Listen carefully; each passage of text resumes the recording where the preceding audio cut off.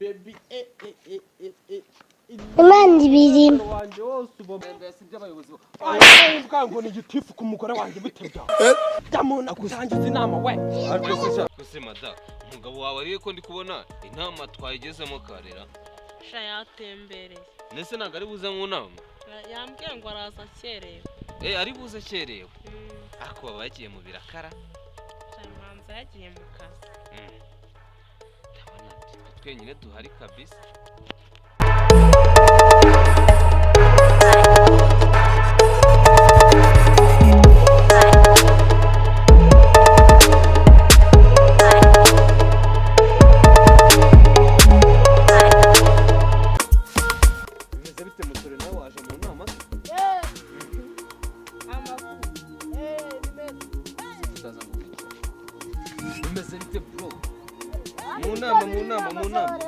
mu nama icari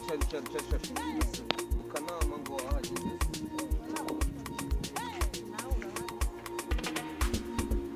ko ndabona intebe ari nkeya wasuburi abayobozi banjye gusa mwe mujya mwica akasiga cyane naba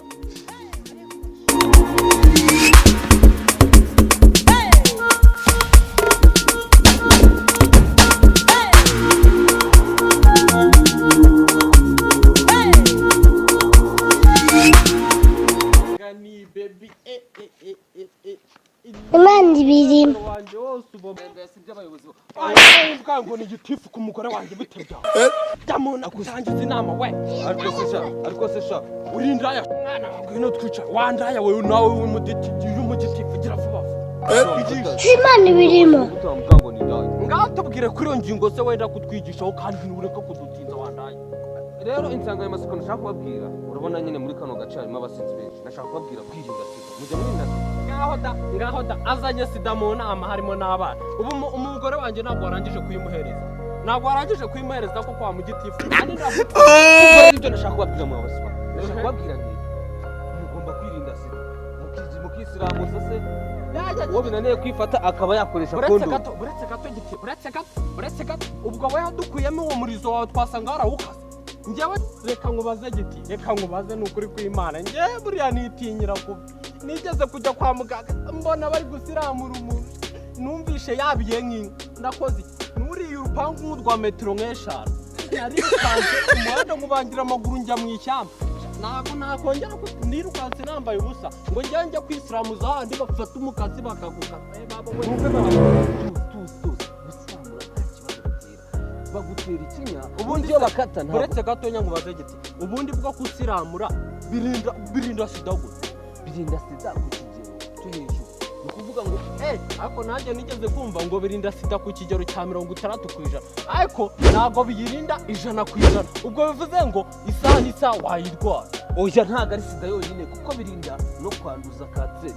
ushobora kwanduza umukobwa kanseri rero biriya babikorera wowe n'umukobwa rero icyiza iyo bitunaniye ukoresha agakingirizo rero nibyo nashaka kwigisha n'abana bato ngo babimenyere mwese mubashe kuba abayobozi b'abazaza beza mutagize gute mutanduye amasida amavirusi se urabizi hari indwara nyinshi zitandukanye ziva mu gukorera aho ngaho ndabyumvishe giti nari niko mada nawe urabyemeye ko najya kwisiramuza ugize ngo ubu nawe koko ubuze gitifazanya ngo madamu wanjye urumva ari ukwanga ndagukunda urambwira njye kwa muganga handi bafata kupa cya kindi gikupa kubinda bakagitera oya bazagutera ikinya njye ndabankatira